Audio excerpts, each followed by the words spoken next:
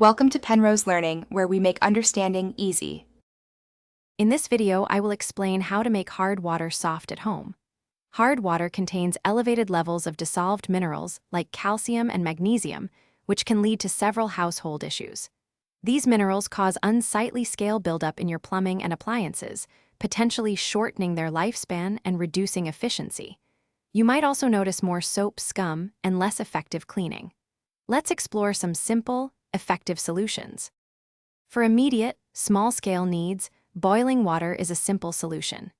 Heating the water causes calcium and magnesium carbonates to precipitate out, making the water softer. For laundry, adding a chemical softener like washing soda directly to your wash cycle can effectively bind with hard water minerals, improving detergent performance. These methods are great for quick fixes or specific applications, but they aren't permanent whole-home solutions. For a comprehensive solution, a whole-home water softener is ideal. These systems use an ion exchange process, replacing hard minerals with sodium ions. The softener contains resin beads that attract and hold calcium and magnesium.